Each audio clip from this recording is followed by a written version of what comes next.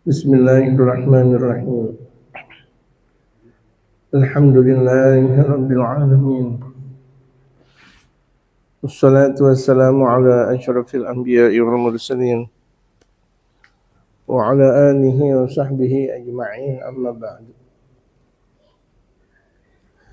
Wa qad qala al-mu'allif rahimahullah ta'ala wa adama an-naf'a bihi wa bi'ulumihi fid darain amin qala. قال الإمام عبد الله بن علي الحداد رضي الله عنه: ترم كلها محوطة ولا نظر إلى أحد من أهل سريرته لرآها محضورة ومن هتك بحرمتها وفعل بأهلها شيء من الشر والأذيات وعوقب غير أنها تعجل عقوبته وقد أخر. وقال رضي الله عنه: لو أن الإنسان بذل في زيارة تريم ما الجزيل لكان في ذلك قليل. وقال رضي الله عنه: في تريم المدينة كم حمام وسنجيد. انتهى. من كتاب غاية القصد والمراد الجزء الثاني لحبيب محمد بن زين بن سمير. Dalam kitab Makanatu Tarim 'Inda al-'Arifin halaman 35. Jemaah yang punya kitab buka dan PDF, atau kalau tidak punya kitab di PDF-nya. Qala al-Imam Abdullah bin Ali al-Haddad radhiyallahu anhu.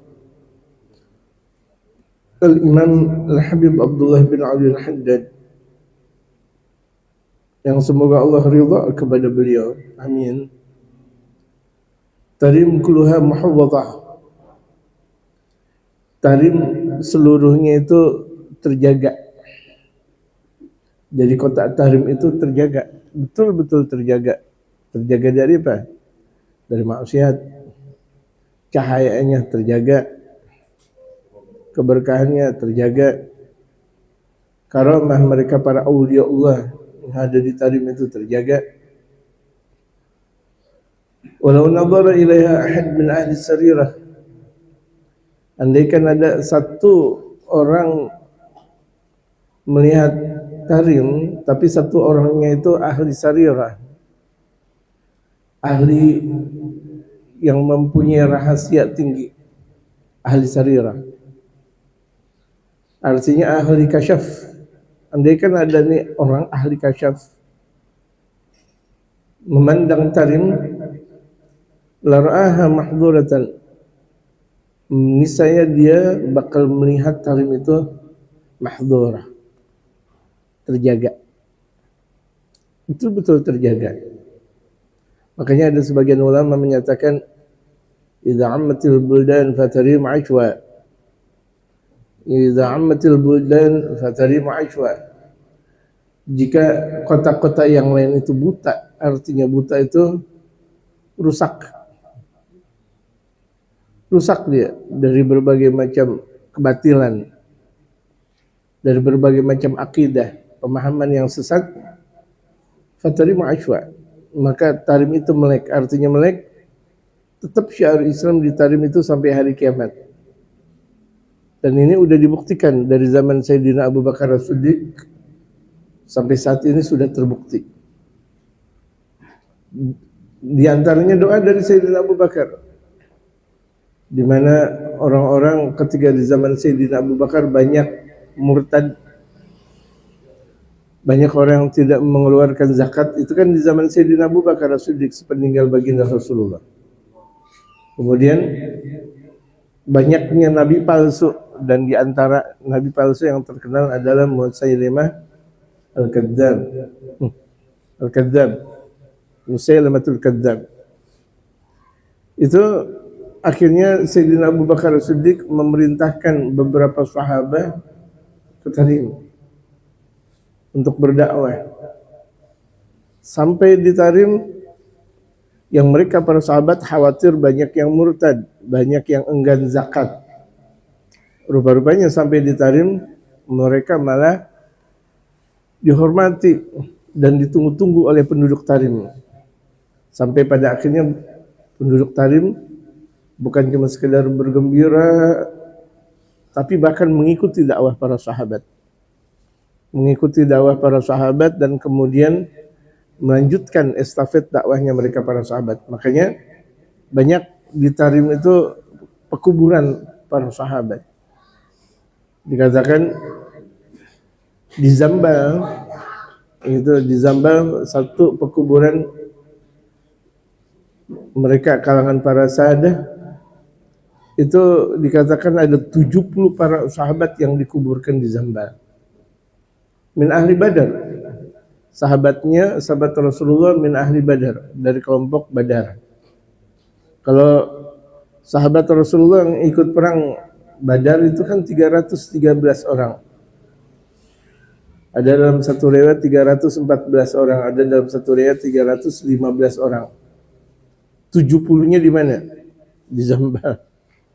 Dan yang lainnya ada di Mekah, ada di Madinah, ada di negara lain, di tempat-tempat lain. Sementara di Tarimnya 70. Masya Allah, semua Masya Allah. Dahulu Tarim dikenal dengan negerinya para Nabi dan Rasul. Dan di antara Nabi dan Rasul yang ada di Hadramaut itu adalah Nabi Allah Hud. Setelah Nabi Allah Adam, Idris, Nuh, Hud, Nabi Allah Hud. Yang ada di dalam surah dalam Al-Quranul Karim, surah Hud namanya. Ada Al-Ahqaf. Dalam Al-Quran ada surah Al-Ahqaf. Itu Wadi Al-Ahqaf, itu di Hadramaut. Jadi kalau misalnya kita ke Hadramaut, seakan kita bersama para Nabi dan Rasul. Seakan kita berada di dalam tengah-tengah Al-Quranul Karim. Itu. Nah di zaman para sahabat, di situ banyak para sahabat, keluarga baginda Rasulullah memang tempatnya. Waman hataka bihurmatiha, barang siapa yang merusak kehormatan Tarim. Nah, sekarang kan banyak nih memfitnah Tarim. Betul nggak? Memfitnah Tarim. Tarim negeri para wali difitnah. Hoak, luar biasa membuat hoak. Dianggap mereka mengelilingi tawaf di kuburan Nabi Allah Hud. Saya langsung lihat itu bukan kuburan Nabi Allah Hud. Itu di mana tahu? Di India. Dibilang ini orang mengelilingi kuburan Nabi Allah Hud. Saya lihat ini bukan kuburan Nabi Allah Hud. Orang boleh dibohongin. Nah kita nggak bisa dibohongin. Kita setiap waktu di situ, tempat pikiran kita di situ, dibohongin. Saya nyatakan bukan, ini bukan kuburan Nabi Allah Hud. Itu saking tuh orang bencinya kepada Tarim. Orang kalau benci Tarim berarti dia benci sejarah. Walaupun dengan beralasan katanya ulama Nusantara, ingat. Ulama Nusantara, ulama yang mengikuti jejak langkah mereka para aulia Allah, para wali songo dan sebagainya, bukan malah membuat merusak tatanan-tatanan yang sudah ada. Gitu. Mereka para aulia, mereka para habaib, mereka para ulama bergandeng tangan mesra dalam berdakwah. Tidak ada di antara mereka saling sikut, tidak ada. Ini saya tegaskan lagi kepada jamaah. Asal mulanya tidak ada mereka untuk bersikut atau bertolak belakang satu sama lain. Gitu. Dalam disertasi saya itu ada di antaranya, dulu waktu tesis saya ungkapkan juga bahwa Islam datang di Indonesia, di Nusantara itu betul dengan mereka para wali songo. Dengan para wali songo, dan diikuti setelahnya adalah generasi para wali songo, para habaib, para ulama. Dan disertasi saya juga seperti itu. Karena dalam tesis dan disertasi saya itu banyak saya ambil berbicara tentang dakwah Al-Habib Umar. Itu paradigma dakwah Habib Umar di Indonesia. Ini bukan tesis, disertasi yang lebih tinggi daripada tesis. Kalau ada orang yang menyatakan dalam tesisnya menggagalkan nasab Ba'lawi, tesis itu S2, saya nyatakan dalam disertasi saya S3, nyambung. Itu nasab mereka Ba'lawi itu sambung kepada baginda Rasul Muhammad. Mana lebih tinggi, tesis atau disertasi? Disertasi. Hanya orang yang terlalu amat-amat pintar keblinger yang menyatakan bahwa tesis lebih tinggi daripada disertasi. Tidak ada. Ya, tesis cuma ujiannya sekali. Disertasi bisa 5 kali ujian, sidang. Gitu. Jadi zaman sekalian khawatir nih di zaman sekarang, bukan khawatir lagi, banyak sekali di zaman sekarang yang sudah mempropagandakan tentang permasalahan nasab. Andai kan ada kalangan habaib atau sada yang memang kurang benar, ya tidak kemudian lantas dijadikan bahwa semuanya nggak benar. Ya kan? Saya juga menyatakan bisa jadi dari sulhul majami ada yang nggak benar. Mungkin nggak? Mungkin nggak? Dari anggota sulhul majami, entah yang ada di Jakartanya atau di luar Jakarta atau di luar daerah banyak sana, mungkin nggak yang nggak benar? Mungkin, mungkin. Tapi apakah kemudian seluruhnya dikata nggak benar? Ya nggak juga dong. Kesian yang pada ikut ngaji. Itu entong lagi, midun, bang madun dan sebagainya. Masya Allah dibilang nggak benar. Tuh madun dibilang, lah gue baru ngaji, nggak jadi dibilang nggak benar. Nggak adil namanya. Yang benar, benar. Yang nggak benar, ya nggak juga dikatakan benar. Nah yang tidak benarnya diapain? Atau apakah kemudian dirusak? Tidak, diperbaiki. Gitu. Nggak bisa diperbaiki, ya udah keluar dalam arahan, udah gitu aja. Gitu. Jadi kalau dikatakan ada oknum, dimanapun oknum banyak. Saya kalau misalnya ke luar negeri, banyak oknum orang Indonesia yang nggak benar. Saya ini kalau ke luar negeri ini lihat banyak sih oknum orang Indonesia yang nggak benar. Apakah kemudian saya katakan bahwa orang Indonesia tidak benar? Tidak ada. Dan tidak boleh untuk menyatakan seperti itu. Yang tidak benar ada, yang baik banyak. Gitu. Itulah namanya hukmul adalah. Hukum keadilan. Ya, hukum keadilan. Si adik melanggar hukum, ya kan? Kemudian paman menjadi hakim, gitu. Kemudian siapa yang mengadili dong? Gitu. Tetap adil adalah adil, hukmul adalah. Gitu. Sering saya katakan di setiap universitas banyak fakultas hukum, tapi fakultas keadilan jarang, ya kan? Ma'abad, fakultas hukum banyak, fakultas keadilan ada. Berani main hukum tapi keadilan tidak ada. Jadi barang siapa yang merusak kehormatan tarim, ingat, merusak kehormatan tarim. Merusak kehormatan tarim, dibenci tarim, penduduk-penduduknya difitnah, dikotor-kotori itu tarim. Ya Allah, tempatnya mereka para awliya Allah sungguh tega. Kalau misalnya umat Islam Indonesia kemudian melupakan tarim aja tega. Bagaimana merusak tarim? Indonesia hasil karya ulama tarim. Islam Indonesia diantaranya hasil karya ulama tarim. Mereka para awliya tis'ah. Mereka wali songo bernasabkan ke sana. Bernasabkan ke sana. Kecuali Sunan Kalijaga dan Sunan Muria. Yang kedua-duanya adalah Jawa. Untuk Sunan Kalijaga Tuban, Sunan Muria, anaknya Sunan Kalijaga. Walaupun ada yang menyatakan bahwa Sunan Muria bukan keturunan Sunan Kalijaga, tapi saya nyatakan lagi bahwa Sunan Muria anaknya Sunan Kalijaga. Sunan Muria itu adalah anaknya Sunan Kalijaga. Untuk menyatakan seperti ini nggak bisa cuma sekedar tulisan jamaah. Ada bentuk data di mana saya menyatakan Sunan Muria adalah anaknya Sunan Kalijaga. Apakah datanya kemudian gara-gara ziarah? Enggak. Ada data-data. Ada data sejarah, ada data kitab dan sebagainya. Enggak cuma sekedar data ziarah saja. Oh, kuburannya ada di Sunan Muria di atas. Berarti anaknya Sunan Kalijaga. Enggak juga. Untuk Sunan Kudus lebih dekat dengan Sunan Muria. Untuk kemudian Sunan Kalijaga lebih dekat dengan Sunan Kudus. Apakah kemudian antara Sunan Kalijaga dengan Sunan Kudus adik kakak? Ya, malah dalam masa hidupnya antara Sunan Kalijaga dan Sunan Kudus banyak sekali pendapat yang agak berbeda antara Sunan Kalijaga dengan Sunan Kudus. Tetapi perbedaan pendapat itu adalah rahmah. Kita lihat antara Imam Syafi'i dengan gurunya Imam Malik, Imam Ahmad bin Hanbal dengan gurunya Imam Syafi'i, Imam Malik dengan gurunya Imam Abu Hanifah. Beda pendapat, tapi beda pendapat di kalangan mereka para ulama. Jadi nikmat. Beda pendapatnya para ulama itu adalah rahmah. Makanya Rasulullah bersabda, ikhtilafu ulama ummati rahmah.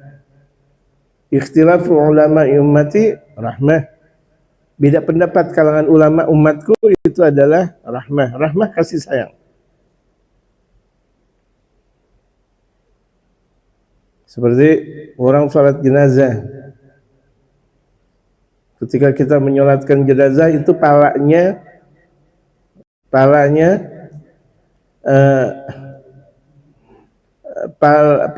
sebelah kanan atau kakinya sebelah kanan. Nah, itu kan kemudian rame. Oh, menurut di kampung saya di Bogor, apaan di kampung saya di Bogor.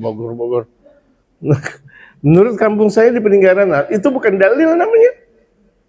Menurut kampung saya di Peninggaran, menurut kampung saya di Tangerang, menurut kampung saya di Bogor, bukan dalil.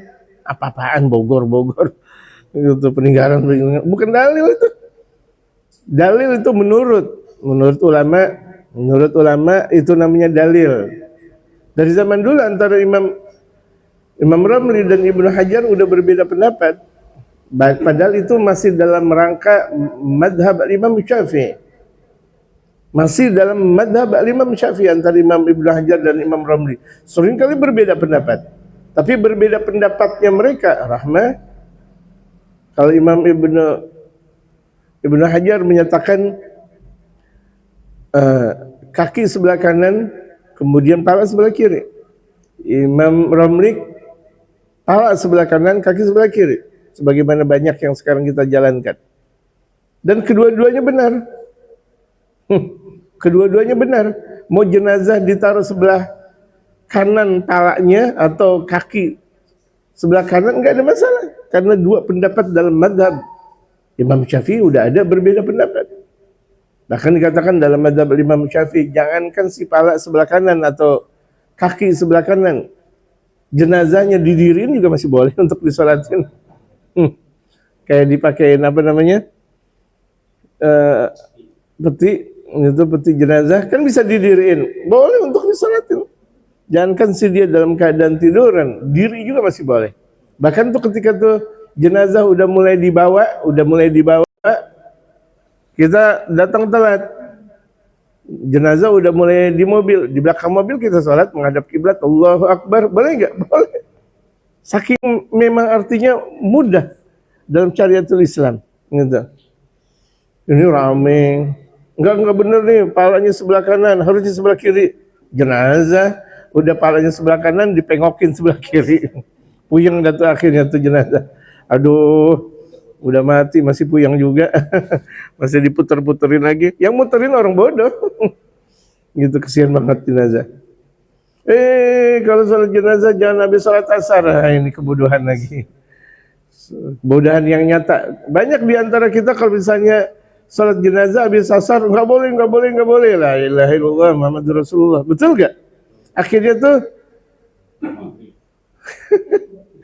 iya, akhirnya pas azan sebelum dikomatkan tuh jenazah ditaruh ke kuburan. Orang dikit datang ke kuburan. Ya ada tukang jenazah doang, 4 orang yang bawa kurung batang. Karena kan jamaahnya pada mau sholat asar. Nah ini pentingnya tinjauan ilmu lebih matang. Kalau misalnya jadi seorang ustaz nggak bisa. Dia cuma sekedar ini dan itu nggak bisa. Nanti bakal menyesatkan umat. Ya, jamaah sekalian, bakal menyesatkan umat. Coba kemudian dia menyesatkan, ya memang nggak boleh sholat asar, udahlah. Akhirnya habis azan tuh sholat jenazah, kan belum sholat asar gitu. Akhirnya dibawa ke kuburan yang menyelenggarakan jenazah, yang menguburkan jenazah dengan jumlah yang sangat sedikit. Karena kebanyakan orang mau sholat asar di masjid di musala. Bisa paham jemaah? Gitu. Jadi pentingnya keluasan ilmu. Nah di sini tarim tempatnya ilmu, tempatnya adab. Barang siapa yang merusak kehormatan tarim, wa fa'ala bi ahlihi syai' minal syarr, dan kemudian melakukan keburukan kepada penduduk tarim. Tuh tadi saya katakan penduduk tarim nasabnya dibegal. Lucu aja pembegal nasab. Gitu, pembegal nasab. Yang ngikutin ulama-ulama, katanya ulama-ulama besar, yang diikutin cuma sekedar S2. Apa-apaan nih S2? Yang mengikutin Masya Allah, cuma Masya Allah. Jadi artinya banyak tobat kita semuanya. Saya nggak ada hubungannya dengan ini dan itu, nggak ada hubungannya. Tapi kita berbicara tentang fakta sejarah. Ingat, saya berbicara tentang fakta sejarah. Karena sejarah itu de jure, de facto kenyataan, de jure secara hukum, dan ada itu semuanya dalam kelengkapan sejarah. Dan kuburan-kuburannya saya tahu, karena memang saya di sana. Kuburan-kuburan yang ada tuh saya tahu letaknya di mana. Imam Alwi bin Ubaidillah, Imam Ubaidillah bin Imam Ahmad bin Isa al-Muhajir, terus saya tahu.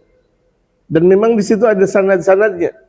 Apakah kemudian kuburan itu kemudian dibohongin? Dan itu sudah berkembang ratusan tahun, dan adat kebiasaan keilmuan di kitab semuanya terungkap. Apakah bodoh? Kemudian ketika ada orang menyatakan di siang hari tidak ada matahari, aneh. Bisa jadi karena dia nggak berada di luar, di dalam goa. Dia menyatakan bahwa matahari tidak ada di siang hari ini. Nah, seperti itulah orang yang menyatakan begal nasab, berarti dia tidak tahu de jure, de facto, secara hukum dan secara kenyataan. Allahu Akbar. Makanya itu penting sekali kita tinjauan kritis tentang satu keilmuan. Wabil khusus ini generasi muda kritis tentang satu keilmuan yang ada. Nah, dengan kritisnya apa? Dengan banyak baca, dengan banyaknya ngaji, itu diantaranya tinjauan kritis. Itu barang siapa yang melakukan keburukan kepada penduduk tarim dan menyakiti penduduk tarim, dihina, difitnah, ugiba ghairana ta'ajjal ugubatu wa gata'akha, dia bakal dihukum walaupun hukumannya itu ditunda. Jadi orang yang benar-benar nggak langsung mati itu orang yang jaga nasab, orang yang fitnah para habaib nggak langsung mati. Emang benar orang benci sama para ulama, benci sama para habaib, nggak langsung dimurkai. Emang udah dari dulunya begitu. Ghairana ta'ajjala ugubatu wa gata'akha, musibahnya ditunda. Musibahnya ditunda. Sampai dia mengatakan, oh berarti kan saya benar kan? Buktinya saya nggak dapat musibah. Buktinya saya nggak dapat azab. Padahal dengan ngomong seperti itu udah azab. Gitu. Dia ngomong seperti itu udah azab. Karena tidak ada orang yang benci ulama kecuali matinya adalah su'ul khatimah. Nggak ada nih orang benci sama ulama kecuali matinya su'ul khatimah. Jangan kan benci sama ulama, satu ulama dia suka, satu dia benci. Lagi ngapa dia benci sama ulama setengah-setengah? Satu disukai, satu dibenci. Nggak boleh. Ulama semuanya satu. Ulama semuanya satu. Mau timur, barat, utara, selatan, mau yang hitam, mau yang putih, sama semuanya. Yang putih, yang hitam, sama semuanya. Nggak boleh dibeda-bedakan. Nah, ketika pembedaan seperti itu, dikhawatirkan mati dalam keadaan su'ul khatimah. Kan saya pernah cerita, silakan ada orang yang menyatakan mitos atau tidak, tapi ini adalah kenyataan. Ada min ahli sarirah, min ahli kashfi wa tamkin, ziarah ke Sunan Gunung Jati. Di Kanjeng Sunan Gunung Jati, Syekh Syarif Hidayatullah Sunan Gunung Jati menampakkan. Silakan kalau misalnya ada orang menyatakan ini mitos, silahkan. Tapi dalam dunia nyata, kewalian itu bisa mengeluarkan karamah. Sebagaimana mereka para nabi dan rasul mengeluarkan mukjizat. Sebelum mereka para nabi dan rasul bisa mengeluarkan irhas. Dan ini ada di dalam Al-Quranul Karim. Sayyidatuna Maryam, itu Sayyidatuna Maryam bukan nabi dan rasul, tapi waliyah. Apa yang terjadi? Ketika beliau makan di musim dingin, di musim panas ada makanan musim dingin. Ada di musim panas, ada makanan di musim panas. Oh, Masya Allah. Itu semuanya indah sekali dan sangat menakjubkan makanan-makanannya untuk Nabi Allah, untuk Sayyidatuna Maryam. Dan itu ada dalam Al-Quranul Karim. Disebutkan oleh Allah Subhanahu wa taala tentang kenyataan yang dimiliki oleh Sayyidatuna Maryam. Kalau orang nggak percaya tentang sejarah karamah, Allah menyatakan Sayyidatuna Maryam. Allah menyatakan, dan Sayyidatuna Maryam itu adalah waliyah Sayyidatuna Maryam. Karena memang tidak ada nabi dan rasul dari kalangan perempuan. Itu ketika ziarah ke Sunan Gunung Jati. Sunan Gunung Jati memperlihatkan dirinya dalam bahasa kita nih. Ente udah keluar Batang belum? Belum, balik dulu. Ada waktu itu lagi ada orang ziarah ke Sunan Bonang. Ya, Sunan Bonang kan ada yang di Tuban, ada yang di Bonang. Yang terkenal memang di Bonang, yang terkenal di alun-alun, di sekitar alun-alun Bonang. Ada di Tuban. Ketika orang ziarah ke Sunan Bonang, Maulana Makhdum Ibrahim, Sunan Bonang memperlihatkan diri. Nanti udah ziarah ke Sunan Gunung Jati belum? Belum, balik lagi. Gitu. Jadi yang dekat dulu kita ziarah. Yang dekat-dekat dulu itu tartib. Waqala radhiyallahu anhu al-Imam al-Haddad. Ini masih berbicara tentang ucapan Imam al-Haddad karena kan sebelumnya qala al-Imam Abdullah bin Alawi al-Haddad.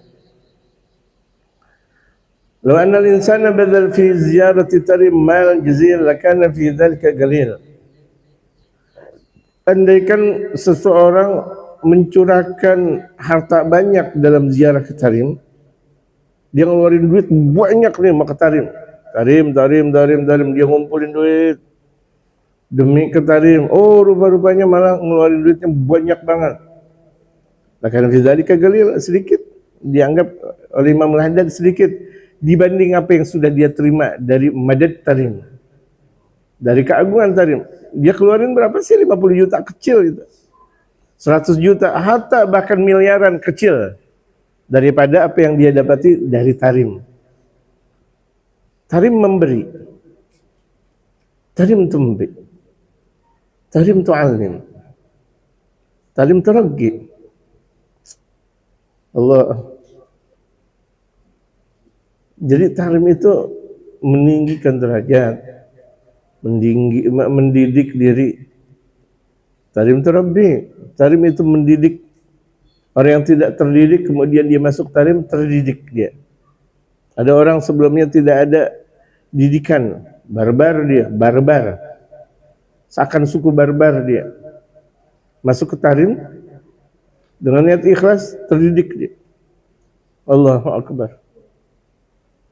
Makanya kalau misalnya ada orang melakukan kejahatan di Tarim, hati-hati. Hati-hati. Yang datang ke Tarim itu bukan hanya para pecinta, bisa jadi orang benci sama Tarim. Bisa jadi. Tapi ingat, benci Tarim, lihat apakah berkah hidupnya.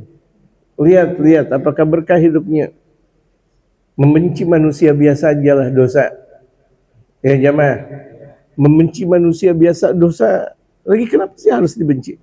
Bagaimana kalau dia benci adalah waliullah, benci anak keturunan Rasulullah, benci keluarga Rasulullah, benci sahabat Rasulullah, apa-apaan.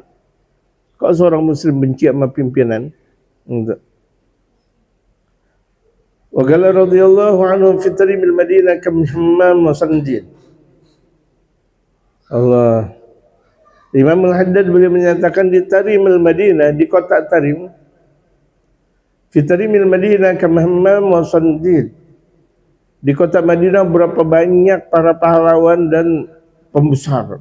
Banyak sekali, enggak bisa terhitung. Orang-orang besar di kota Tarim. Mereka orang-orang yang teguh pendiriannya di kota Tarim banyak, dan itu tempatnya. Padahal Tarim itu, kalau kita formulasikan itu, Tarim seperti satu kecamatan Kebayoran Lama gitu. Tarim itu seperti kecamatan Kebayoran Lama. Bahkan lebih banyak penduduk Kebayoran Lama daripada Tarim. Tapi disitulah tempat tumbuhnya para waliullah. Dan para waliullah itu yang tersebar ke seluruh dunia banyak dari Tarim.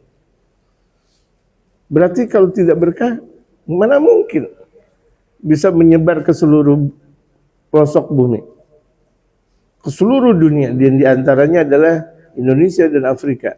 Diantaranya, dengan adanya Asia Tenggara yang terislamkan lewat Ahlu Tarim, Afrika banyak terislamkan Ahlu Tarim. Cukup. Karena kebanyakan penduduk Muslim yang ada di dunia, yang paling banyak adalah Indonesia. Disebut satu aja di Indonesia udah berkahnya luar biasa.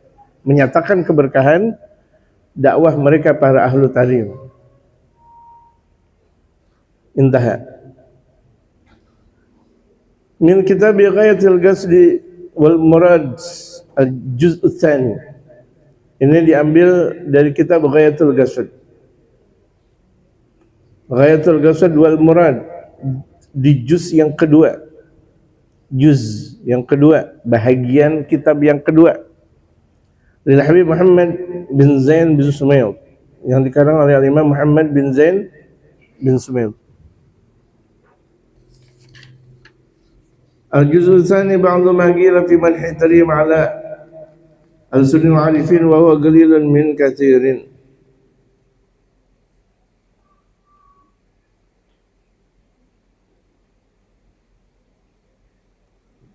Minhum tarimul ghanna, itu dia. Jadi ini qasidah yang sering diungkap. Minhum tarimul ghanna.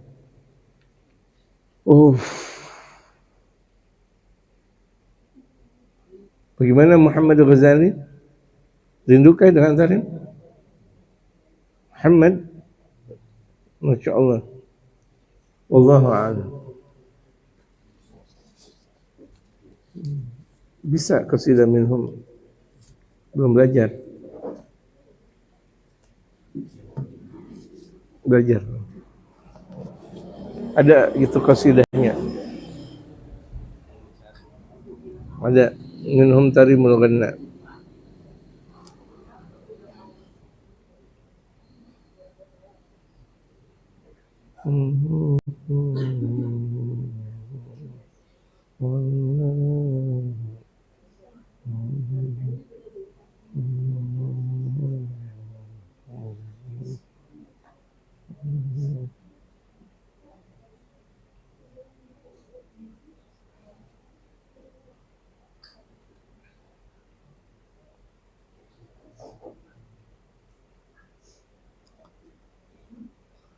Jamaah mau dengar minhum tarimul ghanna?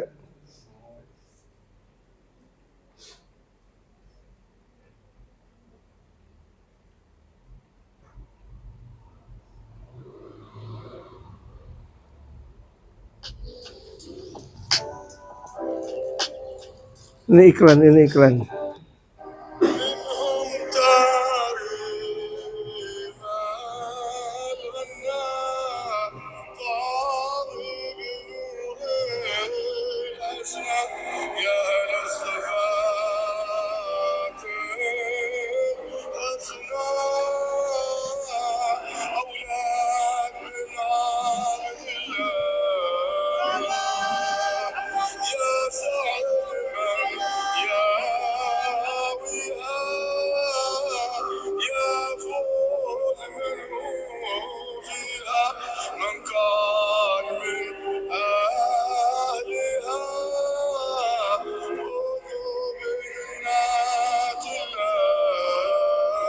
Ya Allah.